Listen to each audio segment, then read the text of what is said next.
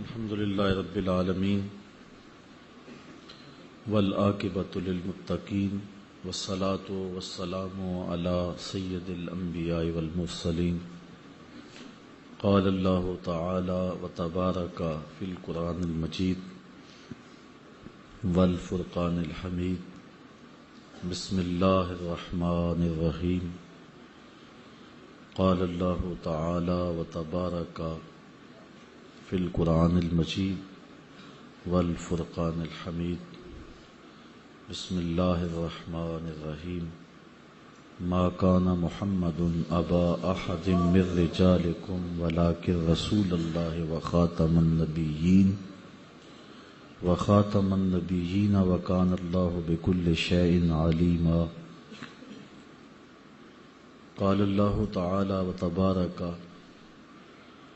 فی القرآن المجید فی شان حبیبہ مخبرا وعامرا ان اللہ وملائکتہ یصلون علی النبی یا ایہا الذین آمنوا صلوا علیہ وسلموا تسلیما الصلاۃ والسلام علیک یا رسول اللہ وعلی آلک واصحابک یا محبوب رب العالمین الصلاۃ والسلام علیک یا نبی الرحمہ وعلی آلک واصحابک یا ایہا النبی ورحمۃ اللہ وبرکاتہ. انتہائی واجب الاحترام ذوی الاحتشام معزز محترم محتشم سامعین خواتین و حضرات، السلام علیکم ورحمۃ اللہ وبرکاتہ. کتاب رحمت قرآن مجید سے سورہ احزاب کی آیت نمبر 40 تلاوت کرنے کا شرف پایا ہے. کچھ باتیں اس آیت نور کی تشریح میں اور کچھ حضور کے فرامین نور آپ کے سامنے رکھنے کے بعد اجازت چاہوں گا. اللہ تعالی میری زبان پر کلمۃ الحق جاری فرمائے.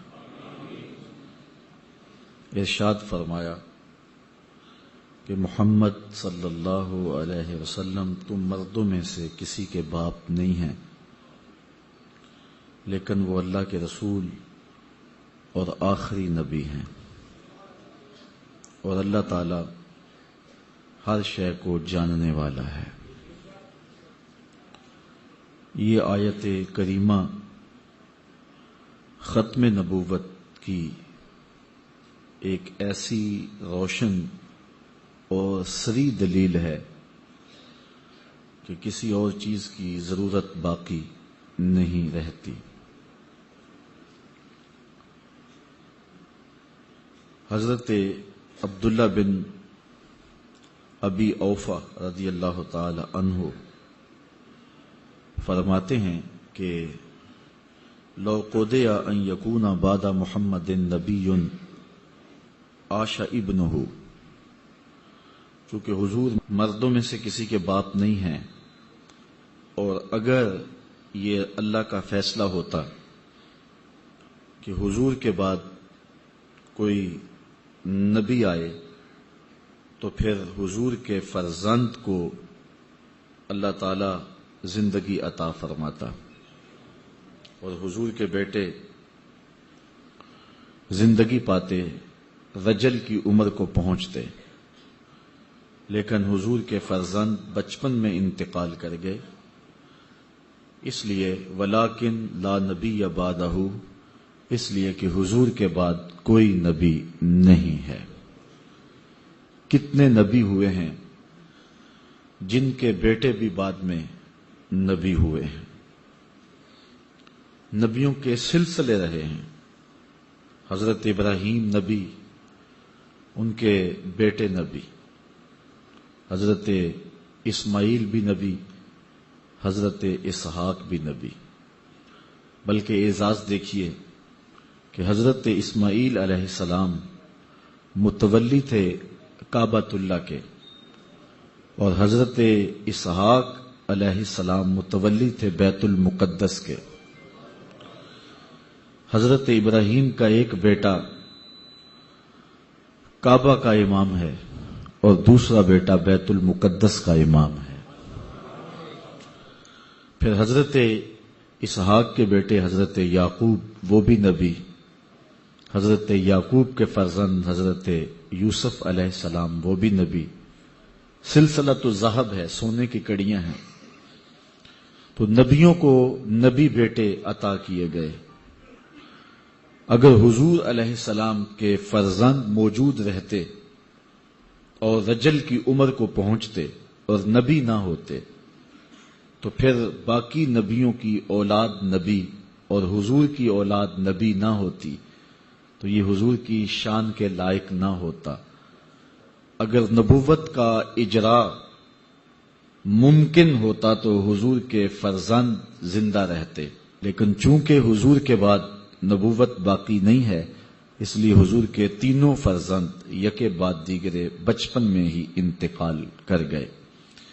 چونکہ حضور کے بعد کوئی نبی نہیں، اس آیت کریمہ کی تشریح میں بخاری کی یہ روایت حضرت عبداللہ ابن ابی اوفا سے مروی آپ کے سامنے رکھی. لو قدی ان یکون بعد محمد نبی، اگر حضور کے بعد نبوت کا سلسلہ موجود رہتا تو عاشا ابنہ، حضور کے فرزند زندگی پاتے. ولیکن لا نبی بعدہ، لیکن حضور کے بعد کوئی نبی نہیں ہے. قرآن مجید نے ایک دوسرے مقام پر ارشاد فرمایا، سورہ المائدہ کی آیت ہے، الیوم اکملت لکم دینکم واتممت علیکم نعمتی ورضیت لکم الاسلام دینا. آج ہم نے تمہارا دین مکمل کر دیا اور تمہارے اوپر اپنی نعمت کا اتمام کر دیا، نعمت پوری کر دی اور تمہارے لیے اسلام کو بطور دین پسند کر لیا. حجۃ الوداع کے موقع پر یہ آیت کریمہ نازل ہوتی ہے اور اتمام دین کی خوشخبری سنائی جاتی ہے. حضرت علامہ ابن کثیر اس آیت کریمہ کے تحت بڑا خوبصورت تبصرہ کیا ہے، ذرا آپ بھی سنیے اور لطف اٹھائیے.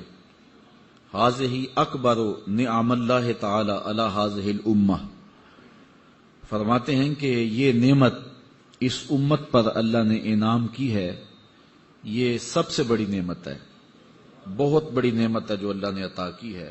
حیث اکمل تعالی لہم دینہم، کہ ان کے دین کو اللہ نے مکمل کر دیا. فلا یحتاجون الی دین غیرہ، تو وہ اب کسی اور دین کے محتاج نہیں رہے. فلا یحتاجون الی دین غیرہ، اب کسی دین کی انہیں حاجت نہیں رہی. ولا نبی غیر نبیہم، اور حضور کے علاوہ اب کسی اور نبی کی حاجت نہیں رہی. صلوات اللہ تعالی وسلامہ. ولہذا جعل اللہ خاتم الانبیاء، اس لیے کہ اللہ نے محبوب علیہ السلام کو خاتم الانبیاء بنایا. وبعثہ الی الانس والجن، اور جن و انس کی طرف حضور کو مبعوث فرمایا. اب اللہ تعالیٰ نے شریعت کا اتمام کر دیا.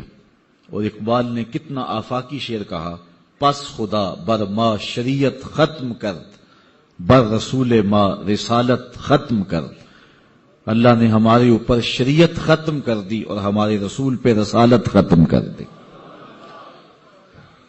حضرت سیدنا ابو بکر صدیق رضی اللہ تعالیٰ عنہ کے زمانے میں جب کچھ لوگوں نے زکوٰۃ دینے سے انکار کیا تو حضرت صدیق اکبر رضی اللہ تعالیٰ عنہ فرمانے لگے کہ میں اتنی دیر تک لڑوں گا اگر وہ ایک رسی بھی زکوٰۃ میں دیا کرتے تھے، جب تک وہ وصول نہیں کر لیتا اتنی دیر تک میں اس سلسلے کے اندر لڑائی کروں گا اور زکوٰۃ وصول کروں گا.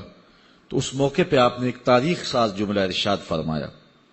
حضرت ابو بکر صدیق نے فرمایا، قد انقطع الوحی وتم الدین، وحی منقطع ہو گئی، اب وحی نہیں آئے گی اور دین مکمل ہو گیا، اینقص وانا حی، اب کوئی زکوٰۃ اور نماز میں فرق ڈالے اور دین میں نقص ڈالے تو یہ کیسے ہو سکتا ہے کہ وہ نقص ڈالے اور ابو بکر بھی زندہ ہو؟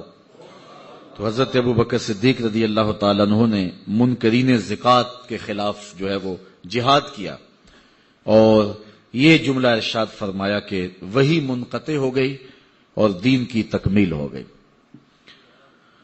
اللہ تعالیٰ جل شانہ نے محبوب علیہ السلام کے ساتھ ہی سلسلہ رسالت کو ختم کر دیا، اور حضور اللہ کے آخری نبی ہیں۔ اس پر امت کا اجماع ہے، کوئی دوسری رائے موجود نہیں ہے۔ حضور علیہ السلام کے کتنے فرامین ہیں جن کی تعداد سینکڑوں میں ہے، جو ختم نبوت پہ دلیل بنتے ہیں۔ حضرت ابو ہریرہ رضی اللہ تعالی عنہ سے روایت سماعت کیجئے، جس کو امام بخاری نے اور دیگر محدثین نے اپنی اپنی اسناد کے ساتھ روایت کیا ہے، اور یہ حدیث اتنی کثرت کے ساتھ مروی ہے کہ یہ متواتر کے درجے تک پہنچی ہوئی ہے۔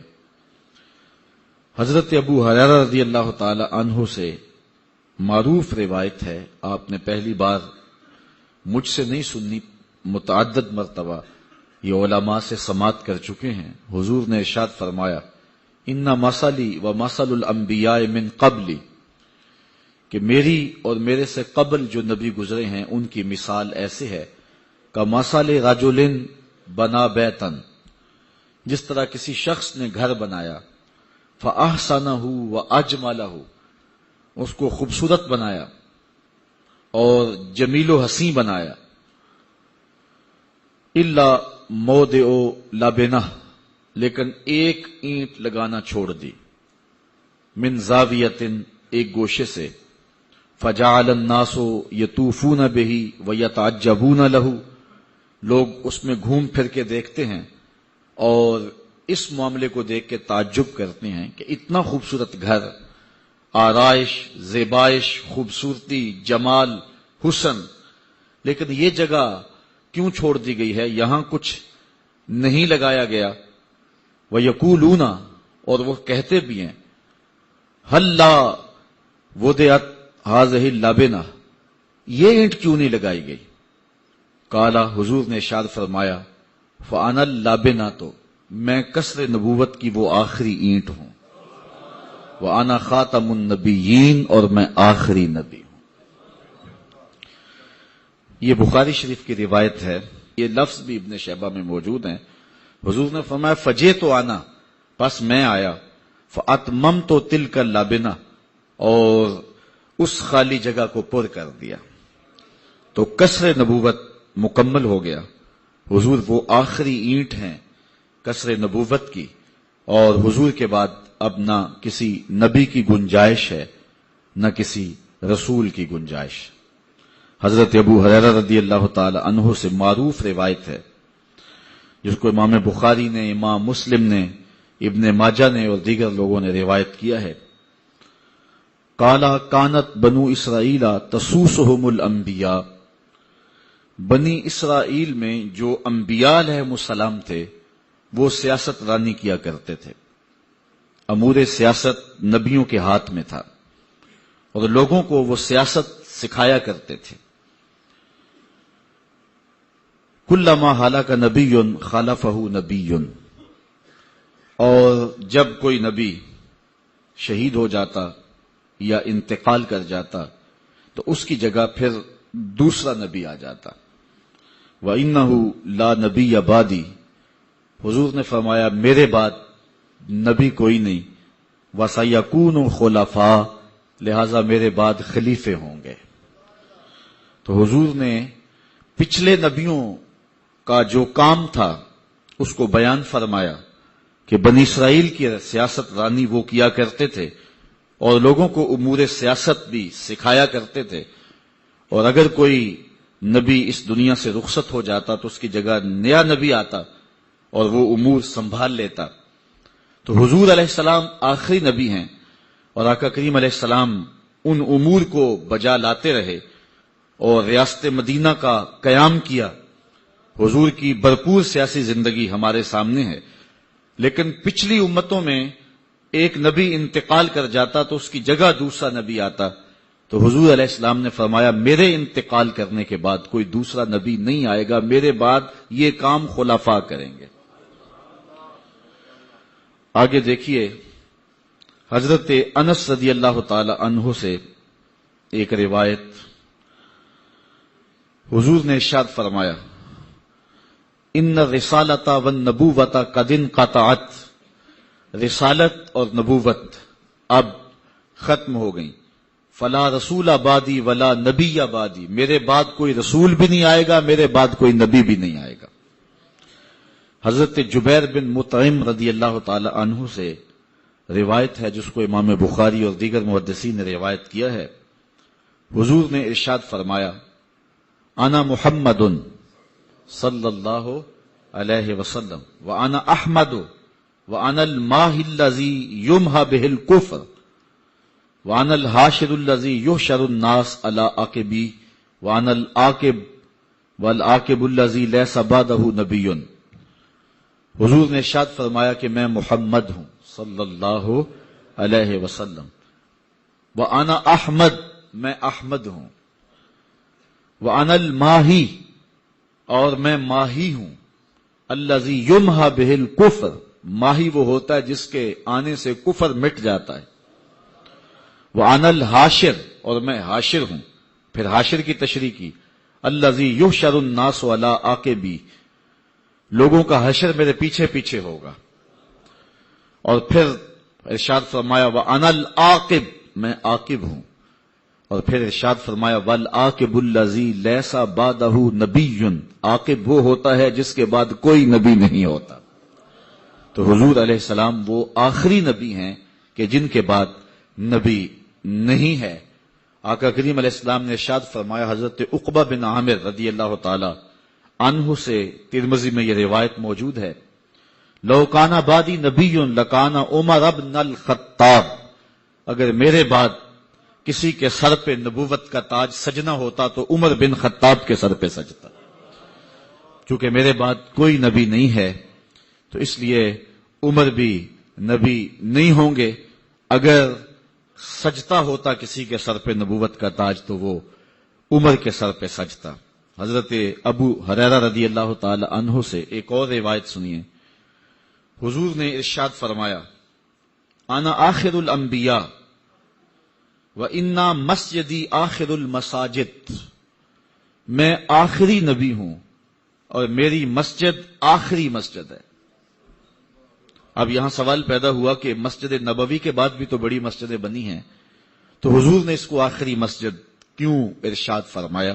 تو اس کی تشریح ایک دوسری روایت میں جو ام المومنین سیدہ عائشہ رضی اللہ تعالی عنہا سے مروی ہے، ان الفاظ کے ساتھ، ان کلمات نور کے ساتھ ہمیں ملتی ہے کہ حضور کا فرمان انا خاتم الانبیاء و مسجدی خاتم مساجد الانبیاء، میں آخری نبی ہوں اور میری مسجد نبیوں کی آخری مسجد ہے۔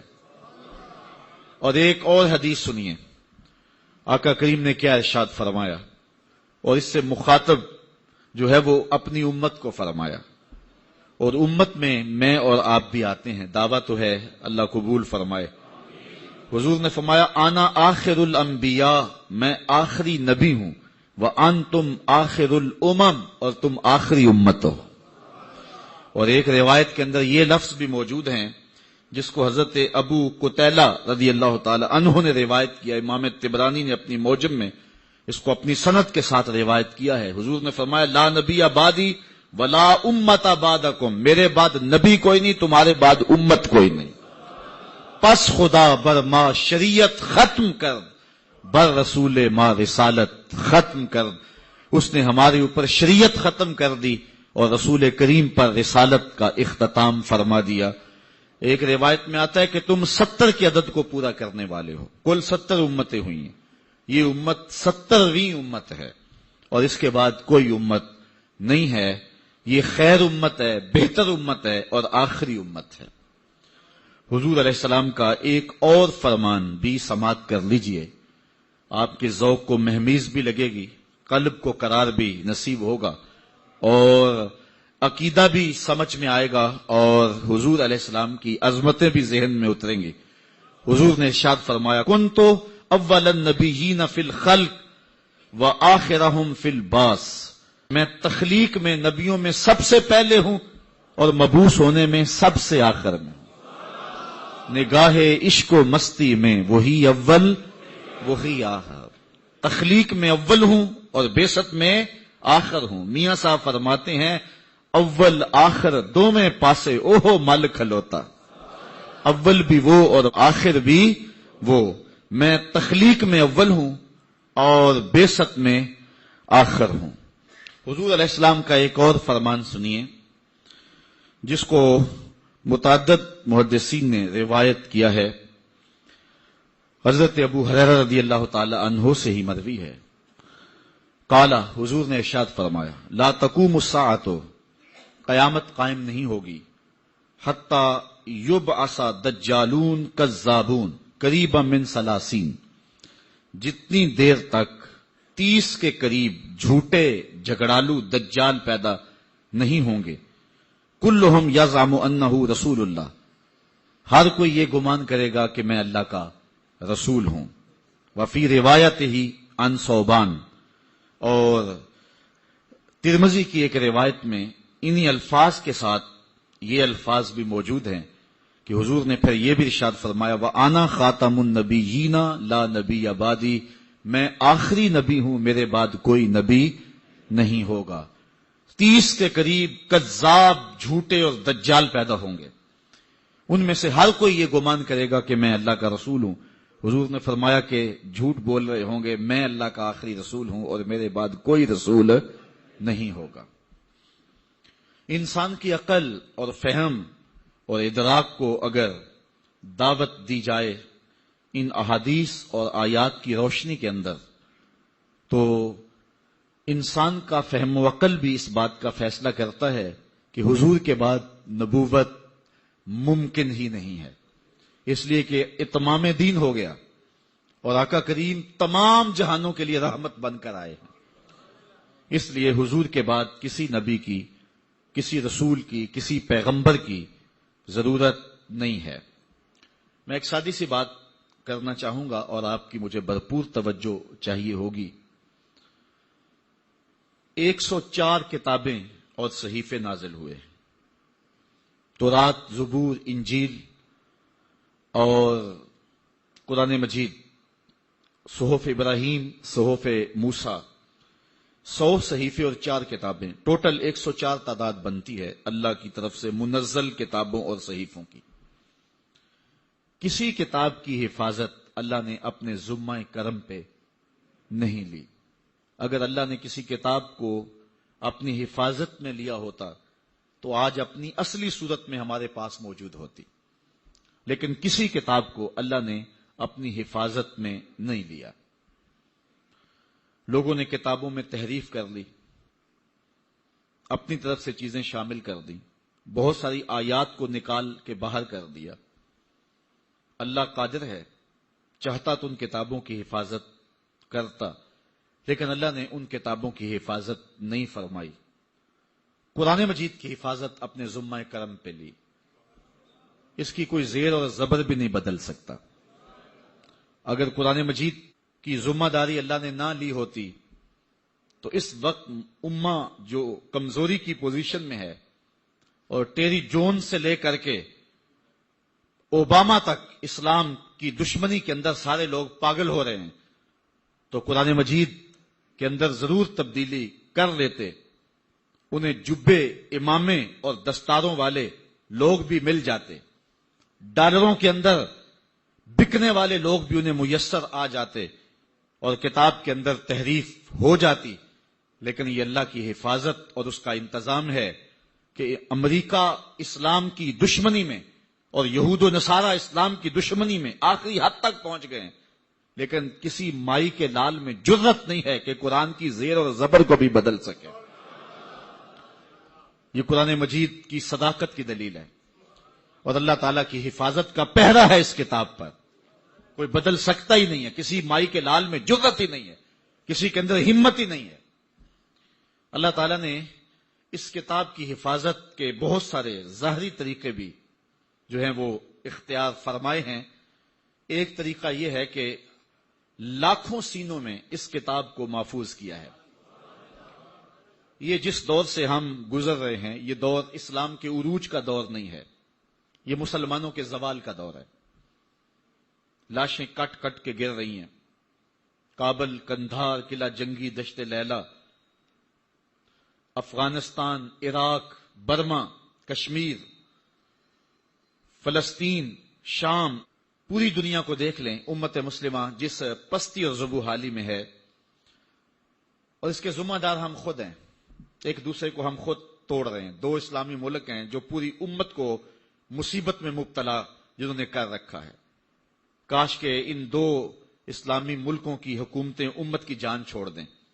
یہ فرقہ واریت کی جو جلتی ہوئی آگ ہے، اس کے پیچھے آپ کو یہ دو ملک ہی ملیں گے، اور جگہ جگہ شر اور فساد جو مچا ہوا ہے، تو یہ دو ممالک ہیں جو پوری دنیا کے اوپر فساد اور فرقہ وارانہ آگ کو ایندھن فراہم کرتے ہیں۔ اب آپ نے یہ ملاحظہ کیا، کیری جان نے جو کہا کہ دو ملکوں نے ہمیں کہا ہے کہ ہم آپ کو شام کے خلاف جتنا پیسہ چاہیے ہم فراہم کریں گے، اور دوسری جانب ایک دوسرا ملک ہے جو اس کے مخالف دھڑے کو ہر طرح کی دولت پیش کرنے کے لیے تیار ہے۔ اب غیروں کا شکوہ کیا کریں، ہم تو اپنوں کے ہاتھوں سے ستائے ہوئے ہیں۔ اقبال نے کہا تھا، آج یاد آ رہا ہے اقبال کا یہ شعر، گلا جفائے وفا نما جو حرم کو اہل حرم سے ہے، کسی بت کدے میں بیاں کروں تو صنم بھی کہہ دیں ہری ہری۔ آج جو کچھ کر رہی ہیں مقدس ملکوں کے کار پرداز، اور جس طرح امت مسلمہ کو توڑا جا رہا ہے، یہ دردناک کہانی ہے۔ اللہ ہدایت دے یا صالح حکومت نصیب فرمائے جو امت کی وحدت کی ضمانت بن جائیں اور امت کو ایک پلیٹ فارم پہ جمع کر دیں۔ تو بات کر رہا تھا، یہ دور امت کے عروج کا دور نہیں ہے، یہ امت کے زوال کا زمانہ ہے۔ لیکن زوال کے زمانے میں بھی قرآن مجید کی حفاظت کا وہ اہتمام جو رب نے کیا ہے، سینوں میں محفوظ کرنے کا ایک ظاہری نظام، میں صرف اس مجلس میں ڈھونڈنے نکلوں تو مجھے درجنوں حفاظ اس مجلس سے مل جائیں گے جن کے سینے میں کتاب رحمت کا ایک ایک حرف لکھا ہوا ہے۔ تو یار، جب امت کے زوال کے زمانے میں قرآن مجید کی حفاظت کے لیے اتنے سینے ایک ایک مجلس میں موجود ہیں اور لاکھوں حفاظ پوری کائنات پہ آج بھی موجود ہیں، تو جب امت کے عروج کا زمانہ ہوگا تو پھر عالم کیا ہوگا، پھر کیفیت کیا ہوگی۔ تو اس کتاب کی حفاظت اللہ نے اپنے ذمہ کرم پہ لی۔ سوال یہ ہے کہ باقی کتابیں بھی تو اللہ کی کتابیں ہیں، لیکن اللہ نے ان کی حفاظت اپنے ذمہ کرم پہ کیوں نہیں لی، اور قرآن کی حفاظت اپنے ذمہ کرم پہ کیوں لی؟ یہ بات ذہن نشین رکھیں کہ قرآن مجید کو جو ہم افضل مانتے ہیں وہ اس لیے کہ اس کی تلاوت کا ثواب باقی کتابوں کی تلاوت سے زیادہ ہوتا ہے۔ نفس کلام میں تمام کتابیں برابر ہیں، نفس کلام میں فرق نہیں ہے، لیکن فضل ثواب کے اعتبار سے ہے۔ تمام کلام اللہ کا ہے، جس کتاب میں بھی ہو تو وہ برابر ہے، لیکن قرآن مجید کی فضیلت ثواب کی کثرت کی وجہ سے، قرآن مجید کی بعض صورتیں بعض صورتوں سے افضل ہیں، تو وہ بھی اس مفہوم میں ہیں کہ ان کی تلاوت کا ثواب زیادہ ہے۔ سورہ یاسین قرآن مجید کا دل ہے، اس کی تلاوت کرنے سے 10 مرتبہ قرآن مجید پڑھنے کا ثواب ملتا ہے۔ فضل و شرف کی مالک ہے یہ سورت، تو فضل و شرف ثواب کی کثرت و قلت کی وجہ سے ہے۔ تو ساری کتابیں اللہ کی، منزل من اللہ کلام اس کا، لیکن باقی کتابوں کی حفاظت اپنے ذمہ کرم پہ اس نے نہیں لی، قرآن کی حفاظت اپنے ذمہ کرم پہ لی۔ وجہ کیا ہے؟ اس کا جواب ہی ختم نبوت کی دلیل ہے۔ دوسری بات، جتنے بھی پیغمبر آئے ہیں، جتنے بھی رسول آئے ہیں، سب اللہ کے سچے رسول تھے۔ اللہ نے ان کی حفاظت اپنے ذمہ کرم پہ نہیں لی، لوگوں نے نبیوں کو شہید کر دیا۔ بنی اسرائیل نے 70 نبیوں کو شہید کیا۔ اللہ کے پیغمبر حضرت زکریا کے سر پہ آرا رکھ کے پاؤں تک چیر دیا گیا، اذیتوں سے دو چار ہوئے، شہید کر دیے گئے۔ لیکن حضور علیہ السلام کو میرے رب نے کہا، واللہ یعصمک من الناس، محبوب فکر نہیں کرنا، تیری حفاظت ہمارے ذمہ کرم پہ ہے۔ حضور خیمے میں تھے، باہر صحابی تلوار لے کے پہرا دے رہے تھے۔ جب یہ آیت کریمہ اتری، حضور نے خیمے کا پردہ سرکایا اور پہرے دینے والوں کو کہا چلے جاؤ، میری حفاظت اللہ نے اپنے ذمے لے لی ہے۔ پہرا دینے والوں کو کہا چلے جاؤ، میری حفاظت اللہ نے اپنے ذمہ کرم پہ لے لی ہے۔ تو حضور کی حفاظت اللہ نے اپنے ذمہ کرم پہ لی، باقی نبیوں کی حفاظت اپنے ذمہ کرم پہ نہیں لی۔ باقی نبی بھی تو اللہ کے نبی تھے، تو ان کی حفاظت اپنے ذمہ کرم پہ نہیں لی اور حضور کی حفاظت اپنے ذمہ کرم پہ لی۔ وجہ کیا ہے؟ اس کا جواب بھی ختم نبوت کی دلیل ہے۔ سادہ سا جواب ان دو باتوں کا، اگر پچھلی کتابوں میں تحریف ہو جاتی ہے کوئی بات نہیں، نئی کتاب آنے والی ہے۔ اگر کسی نبی کو شہید کر دیا جاتا ہے کوئی بات نہیں، اس کی جگہ نیا نبی آنے والا ہے۔ تو حضور علیہ السلام کے بعد نبی کوئی نہیں، قرآن کے بعد کتاب کوئی نہیں۔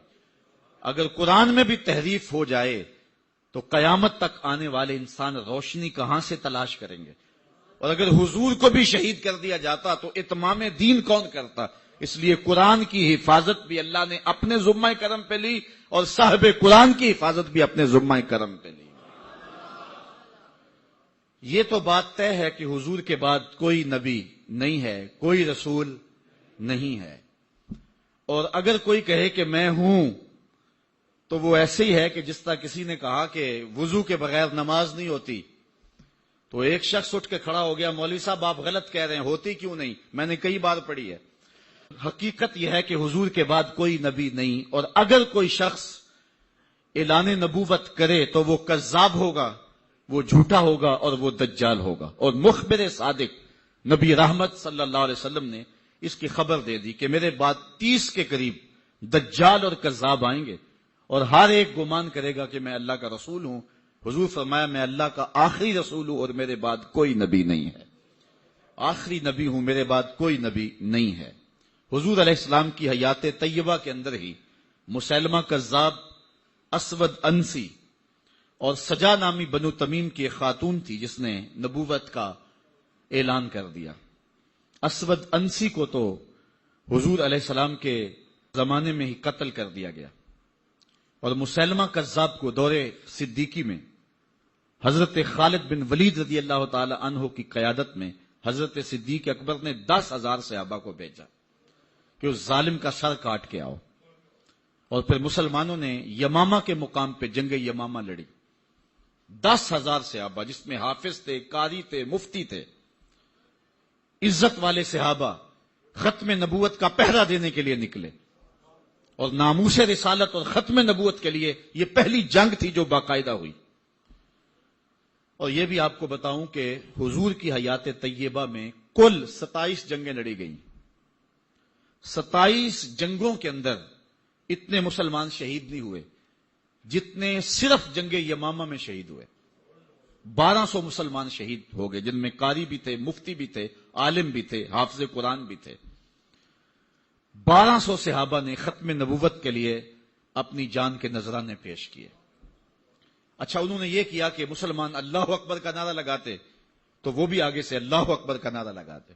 البدایہ والنہایہ کے اندر ہے کہ حضرت خالد بن ولید نے حضرت صدیق اکبر کو کہا کہ اب کیا کریں، دوست اور دشمن کی پہچان ہی نہیں ہوتی، وہ بھی اللہ اکبر کا نعرہ لگائیں، ہم بھی اللہ اکبر کا نعرہ لگائیں، کیسے پتہ چلے دشمن کون ہے اور دوست کون ہے؟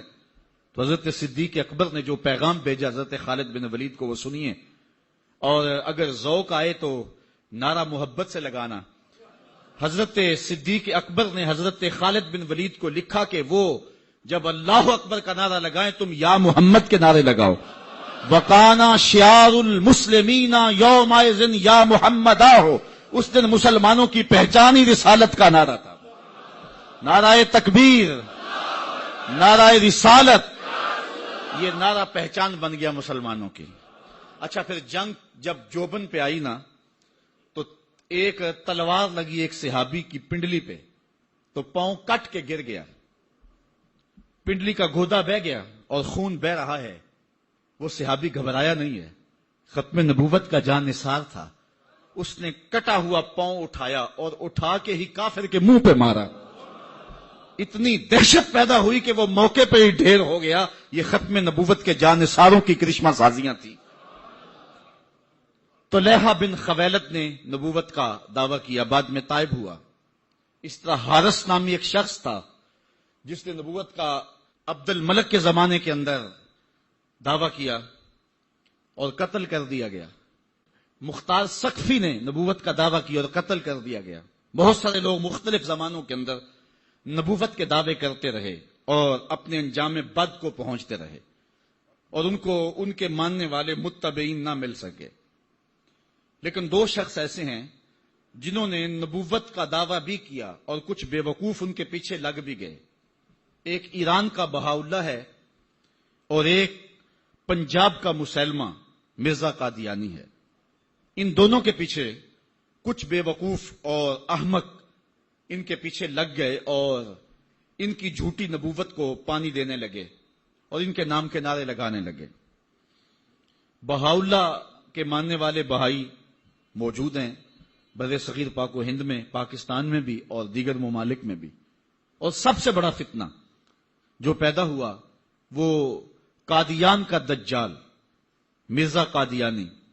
پہلے تو اس نے یہ کہا کہ حضور علیہ السلام کے بعد نبوت کا اجرا ممکن نہیں ہے، اور اپنی ایک کتاب حمامۃ البشرا کے اندر اس نے کہا رب رحیم شان والے نے ہمارے نبی کا نام خاتم الانبیاء بغیر کسی استثناء کے رکھا ہے، اور ہمارے نبی نے لا نبی بعدی کے بیان سے اس کی تشریح کر دی ہے جو طالب علموں کے لیے بالکل واضح ہے. یہ اس نے اپنی کتاب حمامۃ البشرا کے اندر لکھا. اس وقت تک اس کا پروگرام نہیں تھا کہ میں نے نبوت کا دعویٰ کرنا ہے.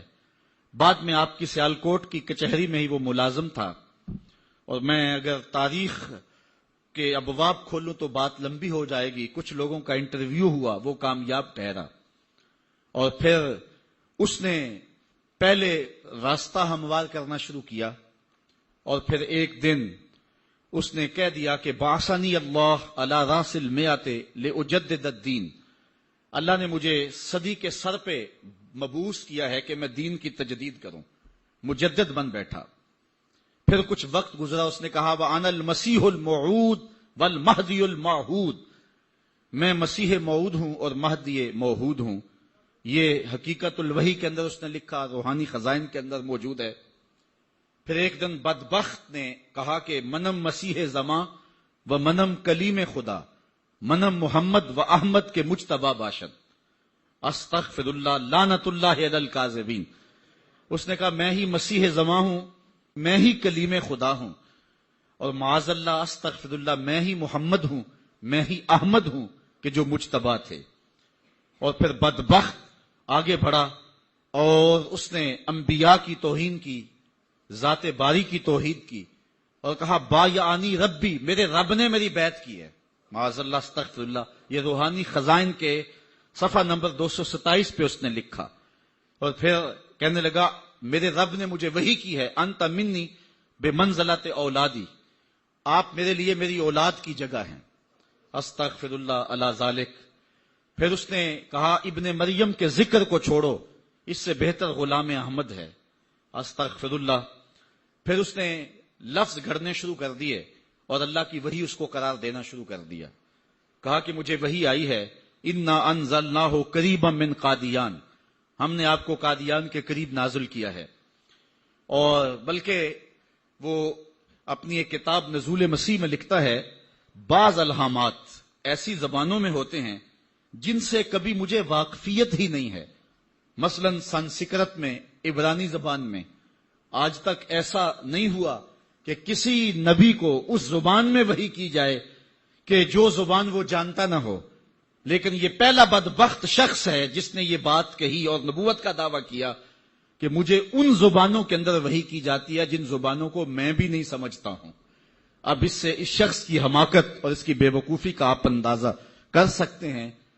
میرے پاس اتنا وقت نہیں ہے کہ اس کے حفوات اور اس کی بکواسات کو آپ کے سامنے رکھوں، لیکن جو اس نے وحی کے نام سے لوگوں تک پہنچایا وہ گالیاں تھیں، وہ لغویات تھے، وہ الوہیت کی توہین پر مشتمل باتیں تھیں، انبیاء کی توہین تھی. صحابہ اور اہل بیت کی توہین تھی اور تضادات پر مشتمل باتیں تھیں، اور کیوں نہ ہو کہ یہ شخص ازلی بدبخت تھا، اور پھر اس نے یہاں تک کہا کہ جو میری بات کو نہیں مانتے اور مجھے تسلیم نہیں کرتے وہ جنگلوں کے سور اور کنجریوں کی اولاد ہیں، استغفر اللہ علی ذالک۔ اور مسلمانوں کو اپنی حمایت اور اپنی اطاعت کے لیے اس نے ابھارا۔ جو زر پرست لوگ تھے وہ اس کے پیچھے لگ گئے، چونکہ جن کے مفادات اور مرزا قادیانی کے مفادات سانجے تھے تو انہوں نے اس کے پیچھے لگنا ہی تھا، چونکہ مرزا قادیانی جو ہے یہ انگریز کا لگایا ہوا پودا ہے۔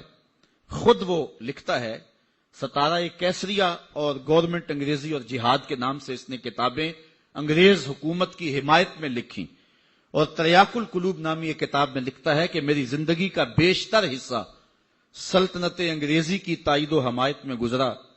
میں نے ممانعت جہاد اور انگریزی اطاعت کے بارے میں اتنی کتابیں لکھی کہ اگر ان رسائل، ان جرائد اور ان اشتہارات کو جمع کیا جائے تو 50 الماریاں ان سے بھر سکتی ہیں۔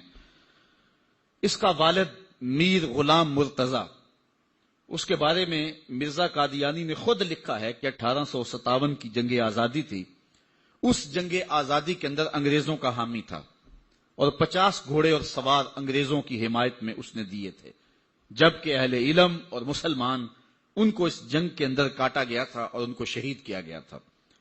اس کے صلے کے اندر انگریز کے گورنر کے دربار کے اندر میر مرتضی کو کرسی ملا کرتی تھی جو اس کے اعزاز میں دی جاتی۔ مرزا قادیانی خود کہتا ہے اسلام کے 2 حصے ہیں، ایک اللہ کی اطاعت اور دوسری سلطنت کی اطاعت۔ اور پھر تریاق قلوب کے اندر آگے جا کے لکھتا ہے کہ سلطنت کی اطاعت جس نے ہمیں اپنے سایہ میں پناہ دی، اور کہتا ہے یہ امن جو اس سلطنت کے زیر سایہ ہمیں حاصل ہے، نہ یہ امن مکہ میں مل سکتا ہے نہ مدینہ میں مل سکتا ہے۔ ظاہر ہے مکہ کے اندر کافر کو امن نہیں ملتا، مکہ کے اندر مصطفیٰ کے غلاموں کو ہی امن ملتا ہے۔ پھر اس نے جب انگریز کے چھوٹے کارندے جن سب کو پتا بھی نہیں تھا کہ یہ ہمارا ہی لگایا ہوا پودا ہے تو کبھی کسی معاملے کے اندر حمایت نہیں کی، تو یہ چیخا اور اپنے آقا کو ایک درخواست لکھی۔ وہ درخواست بہت لمبی ہے، میں اس کے ایک آدھے اقتباس پر اکتفا کروں گا۔ التماس ہے، اس کے بعد بہت ساری باتیں اس نے لکھی، اور ایک بات لکھی کہ وہ قدیم سے سرکار انگریزی کے پکے خیر خواہ اور خدمت گزار ہیں، اس خود کاشتہ پودے کی نسبت نہایت حزم و احتیاط اور تحقیق و توجہ سے کام لے اور ماتحتوں کو ارشاد فرمائے کہ مجھے اور میری جماعت کو ایک خاص عنایت اور مہربانی کی نظر سے دیکھیں۔ پھر انہوں نے مہربانی کی نظر سے دیکھا اور آج تک دیکھ رہے ہیں، اور برطانیہ میں انہیں پناہ دے رکھی ہے، اور مسلمانوں کے اندر رخنہ اندازی کے لیے ان لوگوں کو انہوں نے استعمال کیا، اور آج تک وہ ان کو بے پناہ پیسے سرمایہ دے رہے ہیں تاکہ امت کے اندر افتراق پیدا کرو۔ مختلف ویب سائٹس پر اسلام کے نام پر مرزائی آج بھی سرگرم عمل ہیں۔ اللہ تعالیٰ جل شانہ نے ہمارے علماء کو یہ توفیق نصیب فرمائی کہ وہ پوری قوت کے ساتھ ان کے مقابلے کے اندر نکلے۔ پیر سیدنا مہر علی شاہ رحمۃ اللہ تعالی آپ حرمین طیبین حاضر ہوئے تو حضور علیہ السلام کی خواب میں زیارت نصیب ہوئی، اور آقا کریم نے فرمایا مہر علی تم یہاں آئے ہو، قادیان کا دجال تعویلات فاسدہ کی کینچی سے میری شریعت کو کاٹ رہا ہے۔ تو حضرت پیر مہر علی شاہ رحمۃ اللہ تعالی علیہ پھر وہاں سے واپس آئے اور اس دجال کے خلاف 2 کتابیں لکھی جن کا آج تک جواب نہیں ہو سکا۔ 2 کتابیں لکھی، اس سے جواب تو نہ ہو سکا، لیکن پیر مہر علی شاہ کو اس نے چیلنج کر دیا کہ آپ میرے ساتھ مناظرہ کریں، اور خود جگہ مقرر کر دی لاہور کی بادشاہی مسجد، اور خود ہی شرائط مناظرہ طے کر لی، اور کہا کہ آپ کے ہاتھ میں بھی کاغذ قلم ہوگا، میرے ہاتھ میں بھی کاغذ قلم ہوگا، ہم تفسیر لکھیں گے، علماء کی جیوری بیٹھے گی، جس کی تفسیر اچھی ہوئی وہ سچا ہوگا۔ یہ تو کوئی بات نہیں تھی، لیکن پیر صاحب نے کہا ٹھیک ہے آ جاؤ۔ پیر صاحب پھر گولڑا سے چلے اور لاہور پہنچے، یہاں ایک اور بات میں بتاتا جاؤں، جب پیر صاحب وہاں سے آئے تو اکیلے نہیں آئے، علاقہ بھر کے علماء کو ساتھ لیا، پیران عزام کو کہا آؤ چلے لاہور، ایک دجال کا مقابلہ کرنے جانا ہے۔ ایک پیر صاحب کو پیغام بھیجا تو انہوں نے کہا پیر صاحب ہم پیر لوگ ہیں، چھوڑو آپ کس کام میں پڑ گئے ہیں، ہمارا کام کیا جو ہے وہ ان امور سے۔ تو پیر صاحب نے جو جواب بھیجا وہ تاریخ کے ریکارڈ پہ ہے، فرمانے لگے پیر صاحب یہ پیری نہ ہوئی، یہ بغیرتی ہوئی، ختم نبوت پہ ڈاکہ پڑ رہا ہو اور ہم پیری کی بکل مار کے بیٹھے رہیں۔ پیر صاحب وہاں سے چلے اور لاہور پہنچے، مرزا دجال کو نہیں آنا تھا، نہ آیا، اور اس نے بہانہ یہ بنایا کہ پیر صاحب کے ساتھ سرحد کے پٹھان آئے ہیں اور وہ مجھے مار دیں گے، اس لیے میں لاہور نہیں گیا۔ پیر صاحب پھر گئے اور آپ جشن فتح کا منایا۔ شورش کاشمیری نے لکھا ہے کہ پیر صاحب کے چہرے پہ میں نے جلال دیکھا، اور پیر صاحب فرمانے لگے کہ وہ تو کہتا ہے کہ قلم اور کاغذ لیں گے اور جو ہے وہ لکھیں گے، کہا کہ اگر وہ آ جاتا تو میں کاغذ پہ قلم رکھ دیتا، قلم خود ہی لکھتا۔ اللہ اکبر یا رسول اللہ۔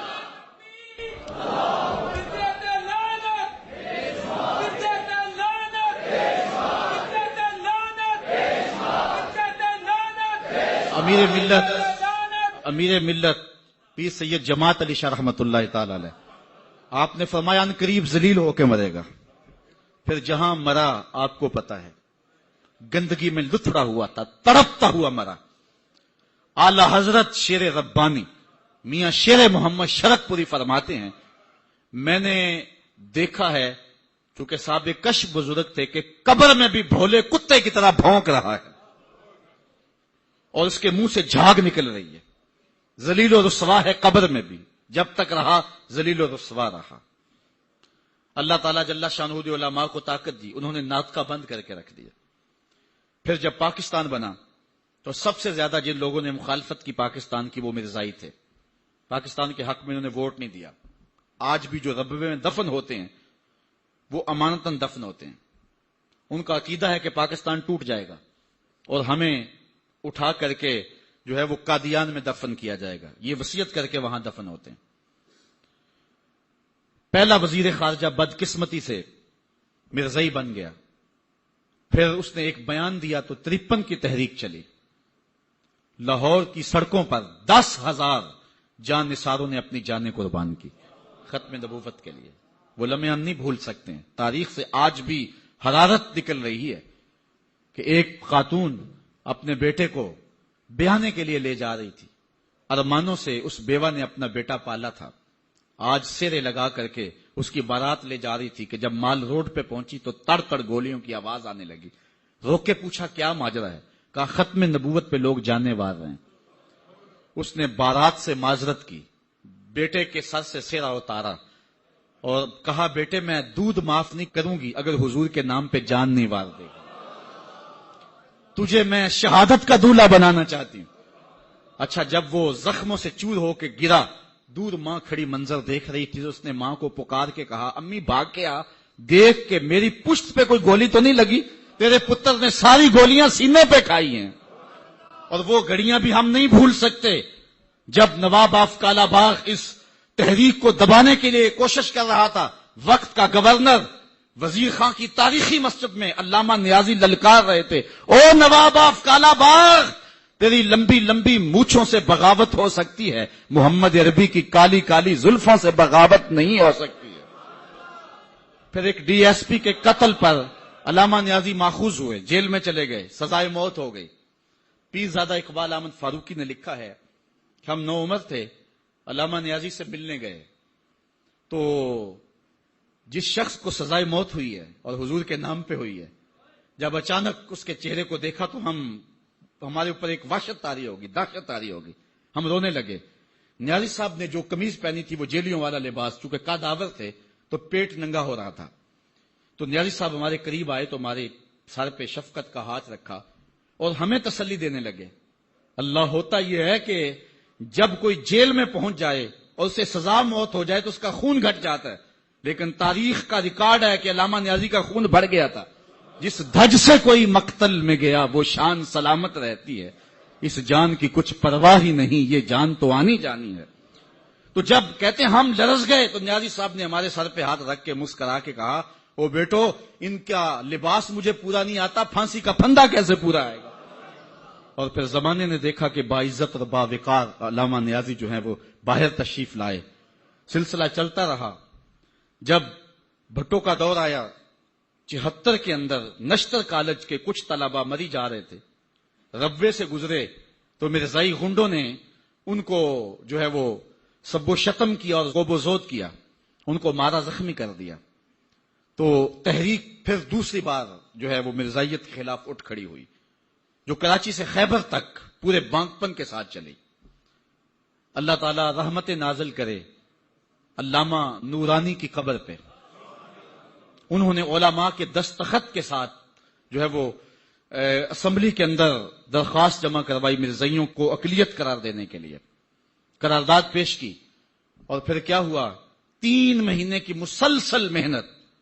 علامہ سارا دن اسمبلی کی کاروائی میں رہتے اور راتوں کو دور دراز علاقوں کا سفر کرتے اور جلسے کرتے اور ختم نبوت پر جو ہے وہ لوگوں کو ابھارتے۔ اور پھر مرزائیوں کو بھی بلایا گیا، صفائی کا موقع دیا گیا۔ پھر ایک وقت آ گیا کہ حکومت مجبور ہو گئی۔ مسٹر بھٹو علامہ نورانی سے کہنے لگے، نورانی صاحب، یہ تو مدارس کے دارالافتاء کا مسئلہ ہے جو آپ اسمبلی میں لے آئے، یہ تو علماء کا کام ہے کہ کون کافر ہے اور کون مومن ہے، تو آپ اس کو اسمبلی کے فلور پہ لے آئے ہیں تو اس کو مدارس میں حل کرنا چاہیے تھا۔ تو حضرت علامہ نورانی نے جو جواب دیا وہ بڑا خوبصورت تھا۔ فرمانے لگے، بھٹو صاحب مجھے ایک بات بتا دیں، آپ منتخب وزیر اعظم ہیں، اگر آپ کے مقابلے میں کوئی کرسی بچھا کے بیٹھ جائے تو آپ اس کے بارے میں کیا رائے رکھتے ہیں؟ تو بھٹو کہنے لگا، یا وہ باغی ہے یا وہ پاگل ہے۔ تو کہا، بھٹو صاحب وزارت کی کرسی چھوٹی ہے، ختم نبوت کی کرسی بڑی ہے، اب جو کہتا ہے میں نبی ہوں ماننا پڑے گا، یا پاگل ہے یا باغی ہے۔ پھر وہ وقت آیا، 7 ستمبر کی شام تھی کہ اسمبلی کے فلور پر جدھر دیکھتے تھے نعرہ رسالت اور نعرہ توحید اور ختم نبوت زندہ باد کے نعرے ہی گونج رہے تھے۔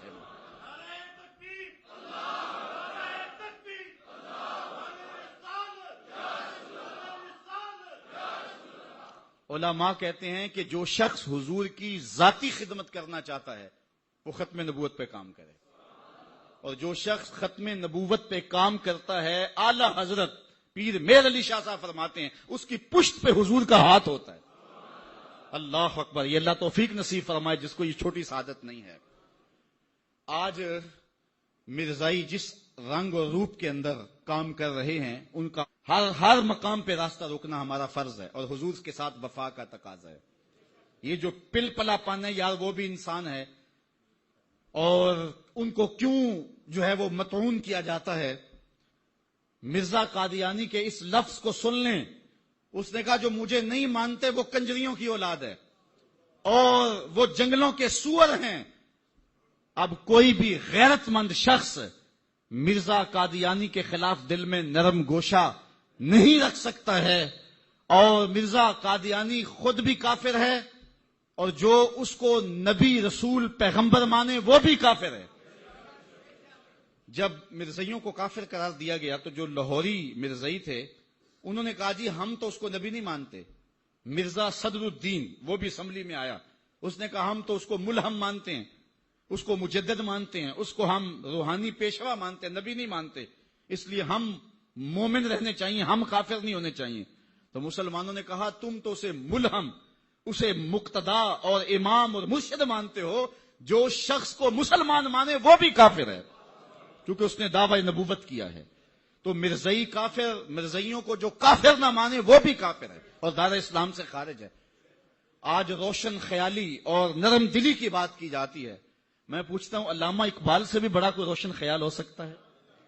علامہ اقبال جسٹس سید آغا جو کہ لاہور ہائی کورٹ کے جسٹس تھے، انہوں نے رؤسائے لاہور کی دعوت کی، اقبال بھی مدعو تھے، تشریف لے گئے۔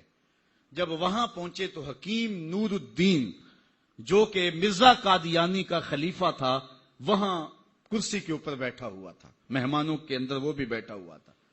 علامہ اقبال جا کے جسٹس سید آغا کو دیکھا، رنگ سرخ ہے، کہا جسٹس آغا گناہگار ضرور ہوں لیکن حضور کا بے وفا نہیں ہوں۔ اگر اس بدبخت کو بلانا تھا تو پھر اقبال کو کیوں بلایا؟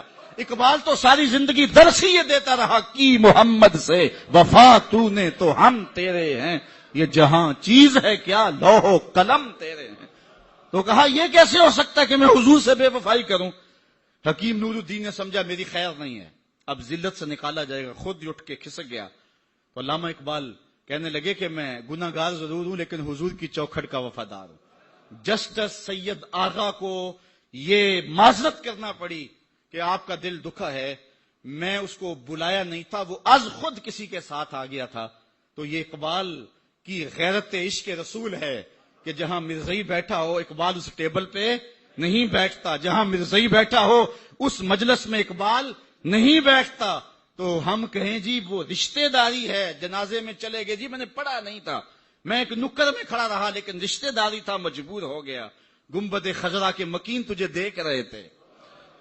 ہمارے قبلہ استاد رحمت اللہ تعالی علیہ کسی جنازے میں نہیں گئے تو کسی نے ان کو کہا مفتی صاحب یہ آپ نے کیا کیا، محلے داری بھی تو کوئی چیز ہوتی ہے۔ تو مفتی صاحب برجستہ فرمانے لگے صاحب دینداری بھی تو کوئی چیز ہوتی ہے۔ تو لوگ کہتے ہیں رشتہ داری کوئی چیز ہوتی ہے، میں کہتا ہوں دینداری کوئی چیز ہوتی ہے۔ غیرت ہے بڑی چیز جہان تگو دو میں، اقبال نے کہا تھا غیرت ہے بڑی چیز جہان تگو دو میں، پہناتی ہے درویش کو تاج سرے دارا۔ جس میں دینی غیرت نہیں ہے اس کے پاس کچھ بھی نہیں ہے۔ مرزائی کل بھی گستاخ رسول تھے، مرزائی آج بھی گستاخ رسول ہے۔ غیر ملک جانے کے لالچ میں ایک سیکنڈ کے لیے بھی مرزائی کوئی اپنے آپ کو لکھتا ہے تو مرزائی ہو جاتا ہے۔ چند ٹگوں کے لیے ختم نبوت سے بغاوت، یہ ایک مومن کی شان نہیں ہو سکتی ہے۔